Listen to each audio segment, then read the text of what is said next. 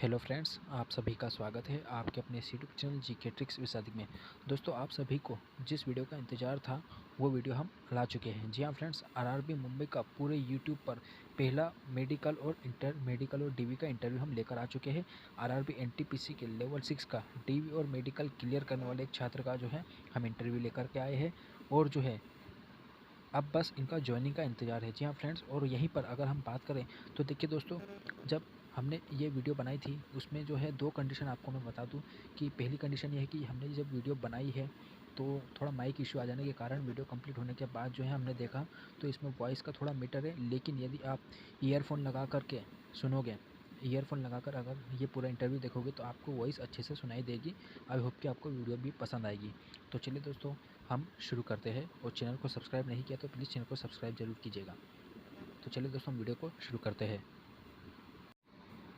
दोस्तों, इस इंटरव्यू से पहले हमने अपने यूट्यूब चैनल की कम्युनिटी वॉल में एक पोस्ट शेयर की थी कि आपके जो भी क्वेश्चन हो एनटीपीसी के लेवल 5, 4, 3, 2 या फिर ग्रुप डी की मेडिकल और डीवी के रिगार्डिंग तो आप पूछ सकते हैं। तो आपके जो है क्वेश्चन को हमने यहाँ पर शामिल किया है, आप देख सकते हो और उनका आंसर आपको पता चलेगा। तो चलिए दोस्तों, हम इस वीडियो में शुरू करते हैं आज का ये इंटरव्यू। हेलो फ्रेंड्स, आप सभी का स्वागत है आपके अपने यूट्यूब चैनल जीके ट्रिक्स के साथ में। दोस्तों, हमारे साथ जुड़ चुके हैं अभी हाल ही में जो है एनटीपीसी लेवल 6 का डीवी और मेडिकल इन्होंने दिया है मिस्टर योगेश भाई। तो जैसे इनसे हम बात करते हैं तो कई सारे कैंडिडेट्स का जो कमेंट था कि इस टाइप से मतलब हमारे भी क्वेश्चंस को जो है आप शामिल कीजिएगा अपने इंटरव्यू में। तो आइए हम इंटरव्यू छोटा मोटा है स्टार्ट करते हैं। तो सबसे पहले आप अपना जो है पूरा नाम वगैरह और आप कहाँ से बिलोंग करते हैं, किस तरह से आपने अपनी प्रिपरेशन वगैरह की है, ये बताइएगा। मेरा नाम योगेश मंडलोई है। मैं मध्य प्रदेश खंडवा ज़िले से नर्मदानगर ग्राम से हूँ और मैंने सेल्फ स्टडी की है अपने प्रिपरेशन में। तो बेसिकली अगर देखा जाए तो आपने आरआरबी वगैरह का फॉर्म भरा था 2019 में, तो इससे पहले भी ग्रुप डी वगैरह जो 18 में हुई थी या एलपी वगैरह जो उसमें फॉर्म भरा था या एनटीपीसी ही भरा है रेलवे का? नहीं, मैंने एमपी पुलिस का पहले और ग्रुप डी का भर चुका हूँ और रेलवे आरपीएफ भी भरा था। रेलवे आरपीएफ में मैं रनिंग में बाहर हो गया था और एमपी पुलिस में लास्ट में कट ऑफ में बाहर हो गया था। तो अगर हम बात करें एनटीपीसी की तो लेवल जो CBT 1 है उसमें आपके रो मार्क्स और उसके बाद नॉर्मलाइज मार्क्स कितना आते थे? CBT 1 में मेरे रो मार्क्स 66 थे, उसके बाद 77 कुछ पॉइंट हो गए थे। तो हाँ, मेन क्वेश्चन हम भूल गए कि एक्चुअली मैंने इनसे पूछना था कि आपने आरआरबी बोर्ड कौन सा भरा था सबसे पहले? मेरा आरआरबी बोर्ड मुंबई है, इसमें सेंट्रल रेलवे का है। कैटेगरी? मेरी ओबीसी कैटेगरी है। तो अब ठीक है, ये CBT 2 में मार्क्स आपके कितने रहे थे? CBT 2 में मेरे 80.33 थे, 80.33। तो आपने फिर लेवल 5, लेवल 3, 2 वगैरह भी दिया हुआ है इसका एग्ज़ाम? मैंने लेवल 2 भी दिया था। लेवल 2 में मेरे 74.33 है, लेवल 5 में 73.33 और लेवल 3 में 77.33 है। अच्छा, चलो अच्छी बात है। लेकिन इसकी टाइपिंग भी आपने किया होगा लेवल 5 में, लेवल 2 में? हाँ, लेवल 5 में भी टाइपिंग दिया है, इंडोर सेंटर था, तो टाइपिंग ठीक ठाक गई थी। फिर लेवल 6 में मेरा हो गया था तो इसलिए लेवल 6 में ही मैंने दिया था। तो बेसिकली अगर हम बात करें तो इन्होंने मेडिकल भी दिया है, डीवी भी दिया है। तो डीवी देने के बाद अगर बात करें तो डीवी का आपका एक्सपीरियंस कैसा रहा? और हमारे कैंडिडेट्स के लिए मतलब जो आने वाले जैसे लेवल 5 के लिए या कोई ब्लॉक डेट पे जाना चाहता हो, अगर अभी जा नहीं पाया हो या अदर आरआरबी पे हो, और लेवल 4, 3, 2 और ग्रुप डी का भी अभी मेडिकल डीवी वगैरह होने वाला है, तो उसके रिगार्डिंग जो मेडिकल और डीवी के बारे में एक्सपीरियंस आप शेयर कीजिएगा। हमारा जो डॉक्यूमेंट वेरिफिकेशन था वो 18 तारीख दी गई थी। अभी तो 18 हाँ, 18 अक्टूबर को। 18 अक्टूबर। तो 18 अक्टूबर हमको मुंबई सेंट्रल ही मिला था। तो मुंबई सेंट्रल हम गए और जो मेन हमारे डॉक्यूमेंट्स थे जिसमें 10th की मार्कशीट थी और उसका सर्टिफिकेट, 12th की मार्कशीट और सर्टिफिकेट, और आपका ग्रेजुएशन में जो भी आपका डिग्री है और उसकी जितने भी आपके भी सेम हुए हैं या फिर ईयर वाइज है, उन सब की मार्कशीट आपको ले जाना है कंपलसरी।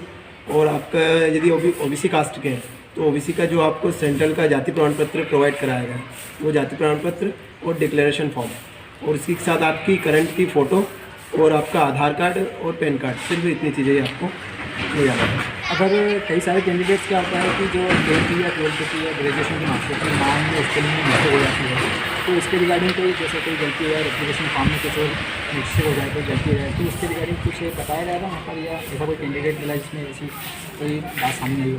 देखिए, वहाँ पर बहुत सारे कैंडिडेट थे जिनके कुछ ना कुछ नाम में या तो मिस्टेक थी या फिर फादर के नेम में, मदर के नेम में, तो वहाँ पर क्लियर बोला गया था कि आपकी एक मिस्टेक के लिए आपको एक एफिडेविट बनवाना है। यदि आपके एक ही मार्कशीट में 2 यदि मिस्टेक्स है तो आपको 2 एफिडेविट बनवाना है। और जो लोग नहीं बनवा के लाए थे उनको वहीं पे तुरंत भेजा मुंबई में एफिडेविट बनवाने के लिए, तो वहीं पे उनको तुरंत बनवाना पड़ा। लेकिन वहाँ थोड़ा कॉस्टली बना, जैसे आप अपने जहाँ भी रह रहे हैं वहाँ से बनवा के ही जाए एफिडेविट।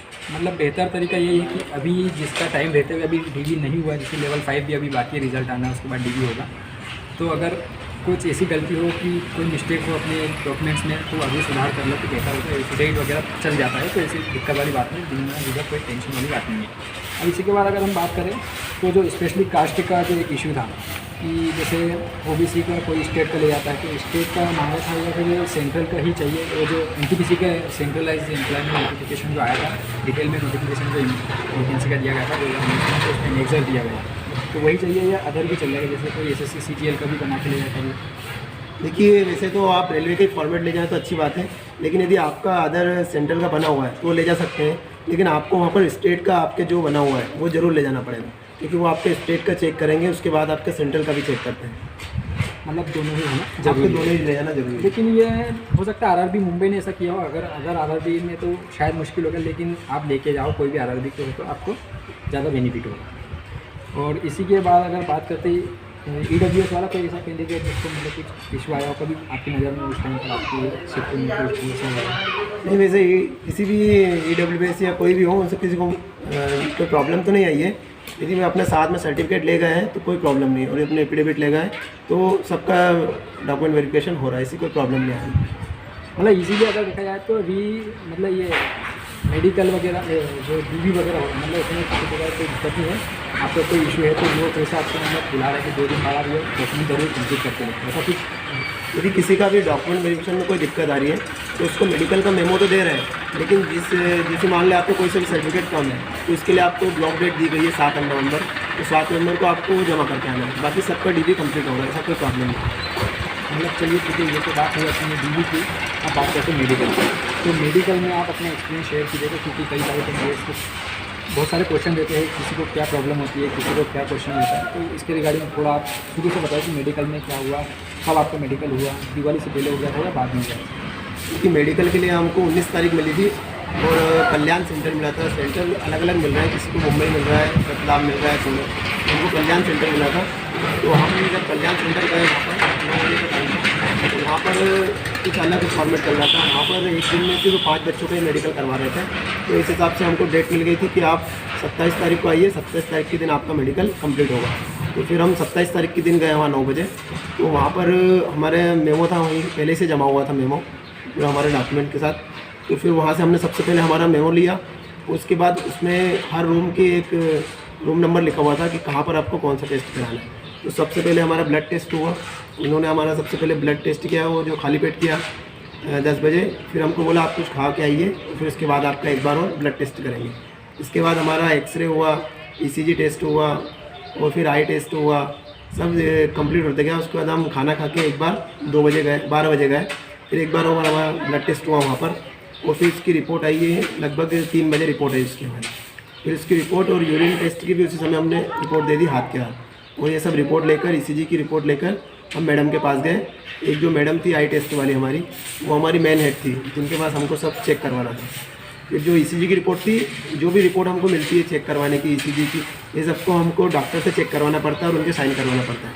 फिर वो सब करवाने के बाद हम आई टेस्ट के लिए गए, हमने आई टेस्ट करवाया। वहाँ पर हमारा बीपी टेस्ट हुआ। यदि आपके बीपी में कोई प्रॉब्लम आ रही है, ज़्यादा आ रहा है, कम आ रहा है, तो कोई दिक्कत नहीं है, आपको 10 मिनट बाद और बीपी होगा। और यदि उस दिन कोई दिक्कत आ रही तो अगले दिन होगा, और अगले दिन भी यदि कोई दिक्कत आ रही तो 2-3 दिन बाद ले लेंगे, लेकिन आपको वहाँ पर मेडिकल में कोई इशू नहीं होगा। उसके बाद हमने हमारे सभी करवा के मैडम से सिग्नेचर करवाए, एक हमारी रिपोर्ट तैयार हुई, और उसके बाद हमारे अंगूठे लगवाए गए। और आरआरबी मुंबई से हमको एक बैंड बांधा था हाथ में, उसको निकालना नहीं था बैंड को। जब मेडिकल था उसी दिन वो काटते हैं वहाँ पर, तो बैंड उसी दिन हमारा कटा था। उसके बाद हमारा मेडिकल कंप्लीट हो गया। अब जैसे आपने बताया कि बीपी जिसका हाई लो वगैरह हो रहा था, तो मतलब बाद में भी बढ़ाया, लेकिन कई सारे कैंडिडेट्स को तो हाई और लो बीपी में भी मतलब बाहर किया गया है कुछ आरआरबी में। तो इसके रिगार्डिंग आपके साथ भी तो ऐसा केस हुआ है कोई कैंडिडेट्स के साथ? नहीं, मुंबई में तो बहुत अच्छा हुआ, वहाँ कुछ इशू नहीं हो रहा है। यदि आपका कुछ भी बीपी ज़्यादा है या ईसीजी आपका ज़्यादा निकल रहा है तो वो और टेस्ट लिख के दे रहे हैं कि आप और टेस्ट करवाइए, लेकिन आपको हम फिट करके ही भेजेंगे। उनका एक ही रोल था।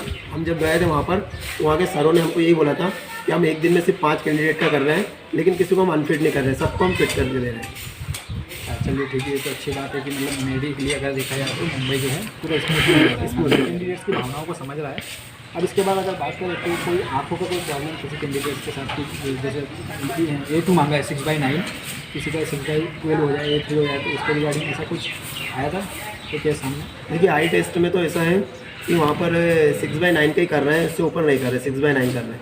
लेकिन एक गर्ल्स का 6/12 आ गया था उसकी आँखों में, वो रात भर क्या ट्रेन में सफ़र करके आई थी तो उसका 6/12 आ गया था। लेकिन उसको भी वहाँ पर मैडम ने बोला कि आप बाहर जाइए, उस हॉस्पिटल दिया था वहाँ आप चश्मा बनवाइए, अपनी आँखों का चेकअप करवाइए। तो जब वहाँ से टेस्ट करवा के आए तो उनका एक बार फिर से हुआ और फिर उनका 6/9 क्लियर हो गया मेडिकल आई टेस्ट। तो आपकी जो शिफ्ट थी, मतलब जिस शिफ्ट में आपको बुलाया गया था उसमें कितने कैंडिडेट्स मतलब DV के लिए गए थे?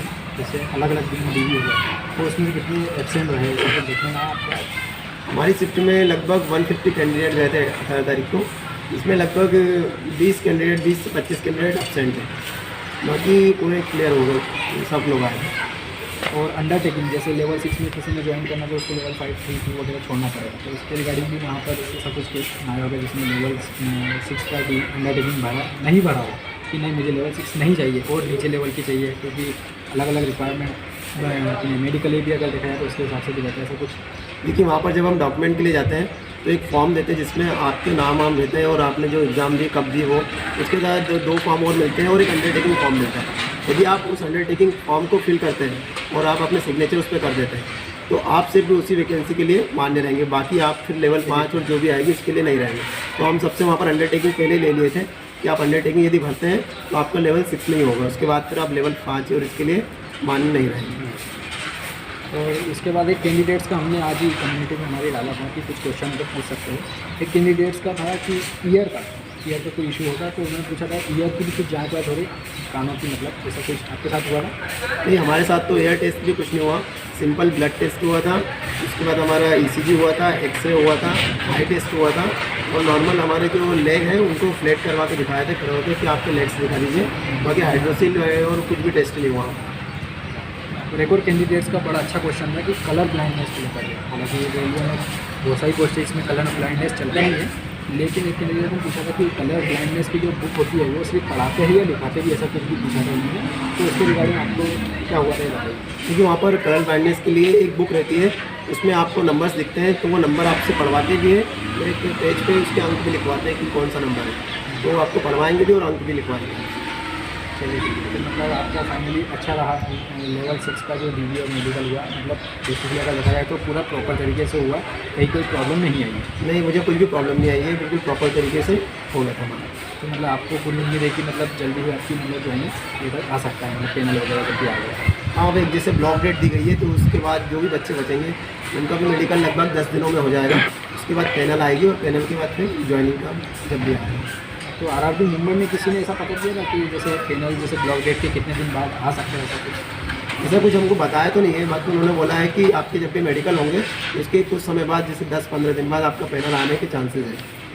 मतलब इसके पैनल आने के बाद ही फिर जो कैंडिडेट मेडिकल वगैरह या फिर जो एडिशनल पेन वो जारी किया जाएगा DV के लिए, वेटिंग वगैरह अगर क्लियर हो, जैसे RRB चेन्नई में किया है, RRB भुवनेश्वर में भी किया है, तो हो सकता है कि इसमें भी किया जाए। और उसी के बाद अगर बात करें तो आपको क्या लगता है लेवल 5 का रिजल्ट कब तक आ सकता है? लेवल 5 का अभी जहाँ तक देखा जाए तो अभी जिस प्रकार हमारा मेडिकल हुआ है तो अभी पैनल आएगी, इसके बाद सेकेंड DV के लिए कैंडिडेट को बुलाया जाएगा, तो लगभग 1 महीना या 1.5 महीना मुझे लगता है उसके बाद ही लेवल 5 का रिजल्ट आएगा। मतलब आप बोलना चाह रहे हैं कि लगभग दिसंबर में ही, मतलब लगभग दिसंबर का आने। और एक और क्वेश्चन ये था कि जिस तरह से RRB मुंबई ने स्मूथली मतलब मेडिकल लिया, तो आपको क्या लगता है कि अगर आपके कोई कैंडिडेट जैसे दोस्त वगैरह जिसमें बात हुई है तो अगर RRB का हो कि इसका मेडिकल में कोई दिक्कत है ऐसा कुछ? देखिए मेडिकल में वैसे तो किसी को कोई दिक्कत नहीं आई है और मुंबई जोन का तो अच्छे से हो रहा है और बाकी भी वो समझ रहे हैं अच्छे से, मतलब मेडिकल कर रहे हैं। यदि कोई इशू हो रहा है तो हमको और समय दे रहे हैं, लेकिन क्लियर कर रहे हैं सबको, ऐसा कोई दिक्कत नहीं आती। और एक और चलते हुए एक और क्वेश्चन पूछूंगा कि आपने मेडिकल और DV दिया तो आपको कुछ लगा कि रेलवे थोड़ा फास्ट मिशन मोड में आ चुका है, ऐसा कुछ? हाँ, फॉर्मेशन तो उनका बहुत फास्ट हो रहा है। और जैसे अभी मुंबई देखा जाए तो बाकी कुछ जगहों का तो बहुत ही फास्ट चल रहा है, जैसे चेन्नई का आपको पता ही है, और मुंबई भी अभी फास्ट ही चल रहा है। और 7 तारीख के बाद मुझे लगता है और जल्दी फास्ट हो जाएगा। सेकेंड लिस्ट भी जल्दी से जल्दी निकालने की कोशिश कर रहे हैं। तो दोस्तों आई होप कि आपको समझ में आ गया होगा कि किस तरह से यहाँ पर आरआरबी मुंबई ने डीवी लिया है और अदर आरआरबी भी ले रहे होंगे और किस तरह से मेडिकल ले रहे होंगे। तो चलिए दोस्तों, इस वीडियो में इतना रखेंगे और यदि आपको कोई कमेंट हो तो आप हमें से पूछ सकते हैं, हम जरूर उसका आपको आंसर देंगे। तो चलिए दोस्तों, इस वीडियो में इतना रखेंगे, मिलते हैं नेक्स्ट अपडेट के साथ। तब तक अपना ख्याल रखिए। Bye friends.